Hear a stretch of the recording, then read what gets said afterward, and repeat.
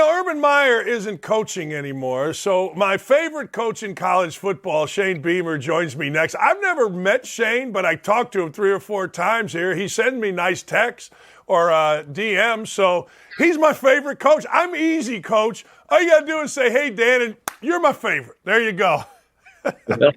I'm honored to hear that, Coach, so that just made my day. No matter what happens the rest of the day, that's the day. Yeah, okay.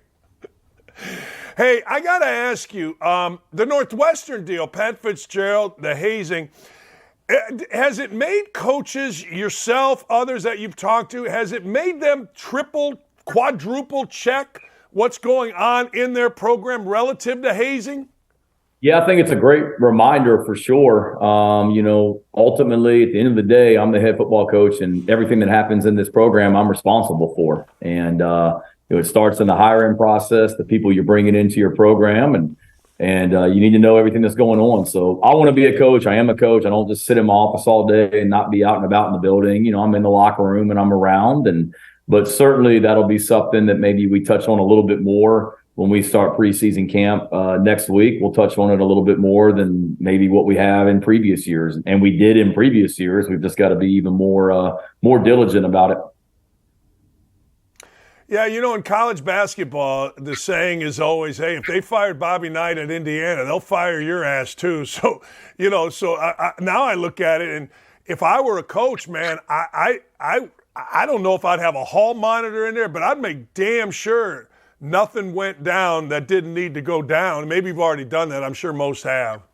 No, we have. I mean, we try and be active in the locker room and just popping our head in there, throughout the day, whether it be myself, assistant coaches, staff members. But this, Coach, it's not just in this facility. It's in the dorm room and being visible in the dorm and everywhere these guys are. I mean, we only get them in college athletics for 4 hours a day. That's all we have. So there's 20 hours a day that they're, outside our facility if they want to be. So they're 18, 19, 20-year-old men, and we got to do a great job of educating them. And that starts with me and starts right here in our football facility.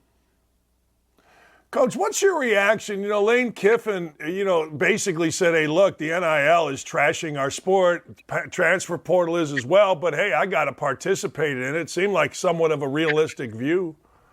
Yeah, no, I saw what he said, and I totally understand where he's coming from. I mean, I thought the analogy that he gave, comparing it to, Tom Brady and LeBron James, if they were a free agent every single year, I mean, he's spot on. And that's essentially what it is. And again, I mean, I want to support our players from a name, image, and likeness standpoint. And if a guy's unhappy in a program, certainly I want him to have the opportunity if he feels like another program is a better opportunity or situation for him to be able to explore that. But there's also a lot of things that need to be better about NIL and the transfer portal, not just for the coaches. This isn't me on a soapbox, saying that we need to make it better for us, for the players as well, short term and long term. And let's get something in here that's sustainable for everybody.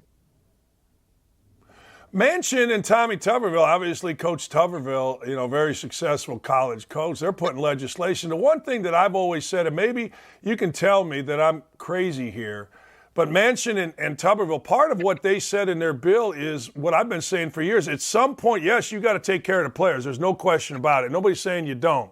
But at some point, you got to protect the game. And at some point, you got to protect the institution. At some point, those two things have to be protected. And I think that's interesting that Manchin and Tuberville put that in whatever legislation they're proposing. Yeah, there's no question. You want to protect both. And like I said, you want to make it good or beneficial and solid for everyone. And,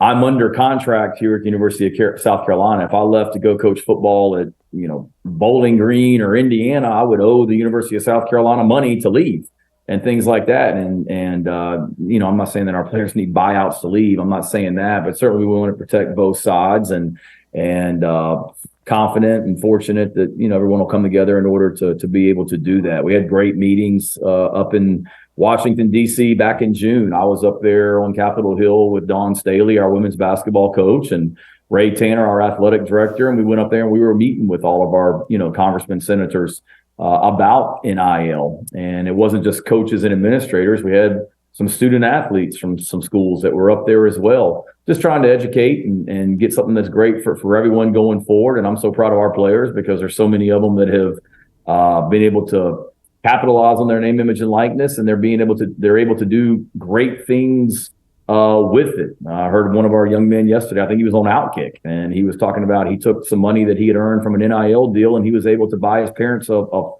or 40th wedding anniversary gift, things like that. So I want to be able to support our players, but certainly want to get something that's sustainable and good for everyone going forward. Coach, first off, I begged Indiana to hire Urban Meyer when he was at Bowling Green, and they pretty much laughed at me.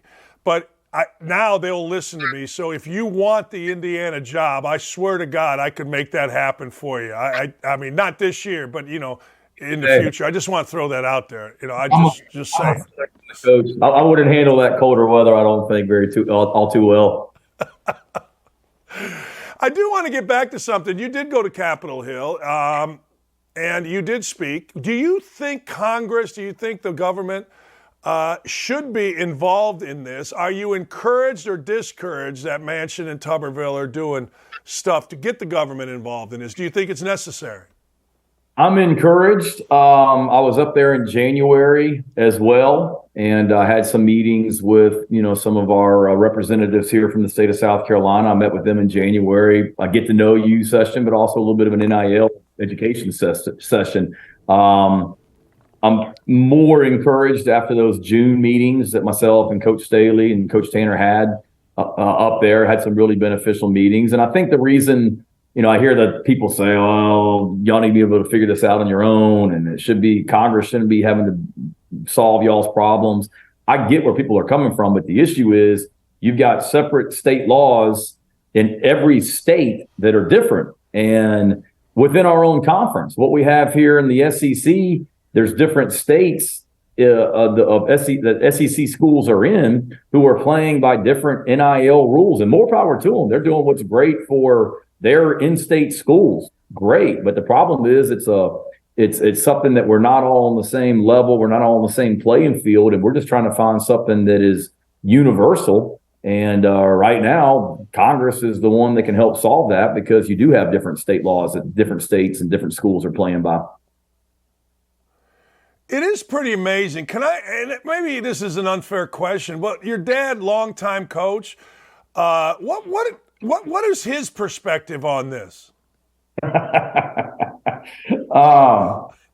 His perspective is we'll be on vacation somewhere in the summertime, and he'll hear me on the phone and talking about whatever it might be, and he'll just kind of look at me, smile, and shake his head, and gives me that look like I'm retired. Type thing. But he was certainly somebody that was always for the players and very old school in his thinking, but willing to change with the times. And I think he understands that it's a different game, college athletics, than what it was. I think 2015 was his last season, so 8 years ago when he coached, it's changed a lot. And he wants to do what's best for the players, but he also knows that the role of a head coach has changed a lot since his last season at Virginia Tech, and there's some great parts of the job, but there's also things that I'm navigating and dealing with now that he never had to navigate as a football coach in his 30-plus years as a head coach. Hey, let's talk a little football. I swear to God, Shane Rattler was playing when I was in college in 1985. I swear I watched him play on TV. When I came home from the IU Ohio State football game, I know I saw him. He's been there, I think, that long. What are expectations for him? He's one of my favorite players because you're my favorite coach, and consequently, you're my favorite team. What are expectations for him this year from not only you but everybody around the country? Can you feel it? Yeah, absolutely. And again, appreciate you saying that. You may say that's like your Indiana colors you have on. I think it's your Gamecock garnet that you have on today. It is. Now there's high expectations. The way that he finished the season last year, leading us to 2 huge regular season wins over Tennessee and then at Clemson the following week. And then he played really well in the bowl game against Notre Dame as well. So I know he's excited to continue to build on what he did last season, had an opportunity to go to the NFL, but decided to come back because in his mind, he had unfinished business as a player, but then also us as a team. He's been awesome ever since he came back in January for the spring semester. Just his leadership, the way that he's improved as a quarterback. So I'm excited to see him. You know this, Coach, at any level, high school, college, NFL, you better have a quarterback. It's going to be hard, and I don't care how talented you are around him. And we've certainly got us a really good quarterback, and excited to see him continue to progress this season. What last thing before I let you go? I said when I was having you on, and people wanted me to ask you this question, so I'm going to ask you. You go to war every weekend once the SEC starts. I mean, every single weekend. 2 questions. One, how important is depth? You know, by the 4th week, 3rd week, how important is depth? And 2, do you still I don't know. You seem to me to be a guy that's a fan as well as a coach. Do you still look around and go, damn, I know this is LSU, but damn, this is pretty cool. You know what I mean? Every Saturday. So the depth part of it, yeah, absolutely. It's a physical league.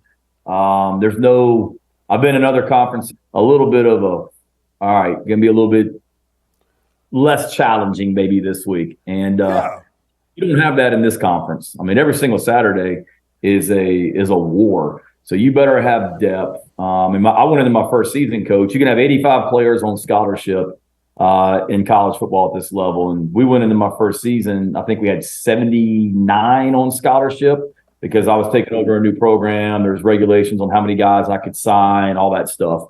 And it was a challenge throughout the year just because you're playing shorthanded from a depth standpoint. But yes, when you talk about injuries, the wear and tear of this league, guys playing offense, defense, and special teams, the best teams, they have depth. I mean, you can't play the same players every game. And that's the other thing. Because of the tempo that you face in college football, offenses are running more plays now. So you can't leave your offense or defense out there for 100 plays. I mean, you got to be able to roll guys in. You better have the depth in order to do that. And absolutely, gratitude is a core value of our program, Coach. And every Saturday, I absolutely have gratitude about being a part of this conference.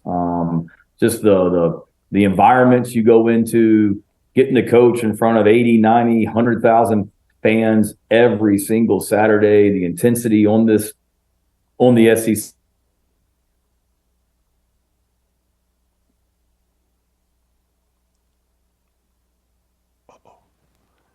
Uh-oh. Uh-oh. I think we lost All right. I'm telling you, there's a hell of a storm coming through here, but I'm going to turn on my audio. I hate that we lost Coach because I absolutely love talking to him. I do. He's my favorite guy to talk to. And we'll move along. Coach Beamer, if you can hear me, thank you so much for coming on, man. I just absolutely love having a conversation with the man. I do. I just do. He's a great dude. I would love for my son to play for him. I think it would be a blast just to go to South Carolina and watch him because he's such a good dude. You just want to play for him. I think he's back. Coach, I was just telling the world how much I love you and how much I appreciate you coming on. But we lost you for a second. Thanks for coming on. I got so excited talking about game day, I think I shut down the system or something. Coach, I was at Indiana 17 years, and they asked, how did it get old? I go, no, every game I would look up here and go, this is so freaking cool, right? I mean, it just never gets old. Doesn't get old. Never. Blessed to be a part of this conference, and every single Saturday I look around and have great gratitude about being a part of this conference. Thanks, Coach. Have a great season. Thank you. Appreciate it. Come see us, Coach. I am. I'm going to a Gamecocks game. I am. I have to.